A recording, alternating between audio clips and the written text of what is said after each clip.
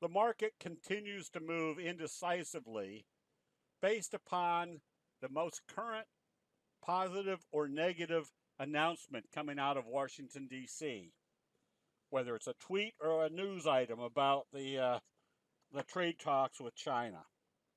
As we can see, after a strong bounce off the support level and kind of a trend channel that has been developing in the market indexes, at least knowing that they traded positive back up to the 50 and the T line gives us more evidence that investor sentiment was now not dramatically negative. It's still indecisive, but it's still in this trading range.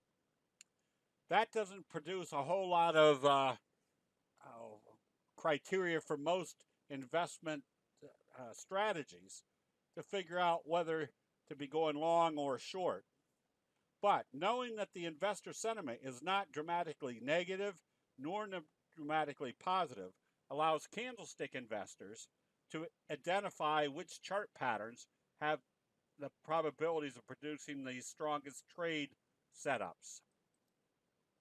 The sideways mode of the market, also illustrated in the NASDAQ, is based upon seeing that wedge type formation setting up, using the 200 as a support level and using this level probably as a resistance level.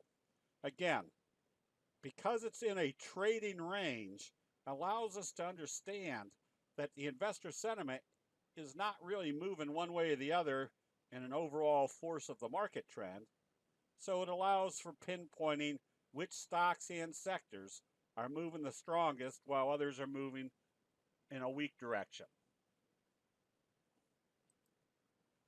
Our recent recommendation on Scorpio tankers, STNG, was based upon a very high probability reversal signal, a doji harami right off the 50-day moving average in the oversold area, with the gap up the next day through the T-line, told us that we were probably in wave 3. Now, this is also being stimulated by the fact that that whole tanking sector for shipping oil and other chemicals is acting very strong. FRO, a tanking stock. You can see the slow curve breakout. And GLOG also provides a very strong signal. Notice our doji sandwich. A big day, a doji, another big day, with the magnitude of this day being somewhat equivalent to this day, with a doji sandwiched in between.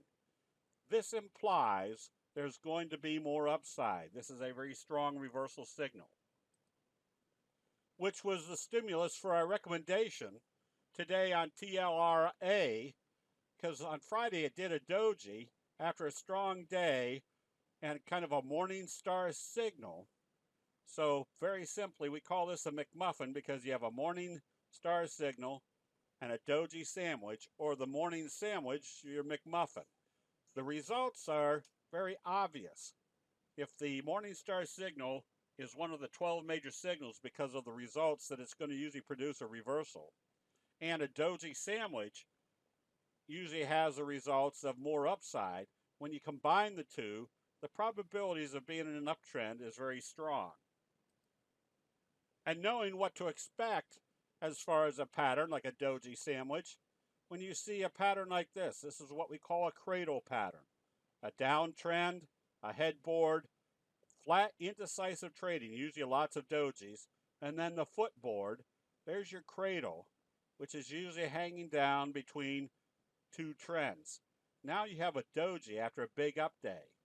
If this opens positive, the probabilities of the next move being the same magnitude as this move is highly likely, which means if you're a day trader or trading options, it gives you the ultimate entry point. Remember, you're adding simple rules of each signal. The simple doji rule is if it trades positive or opens positive, it's more than likely going to trade positive. And seeing it setting up as a doji sandwich, we can pretty much estimate this might be the magnitude of your move. Utilizing the information that's built into candlestick charts is just the results of hundreds of years of observations by the Japanese rice traders, telling you exactly what happens with investor sentiment with a high degree of probability. That'll be it. We'll see you in the chat rooms.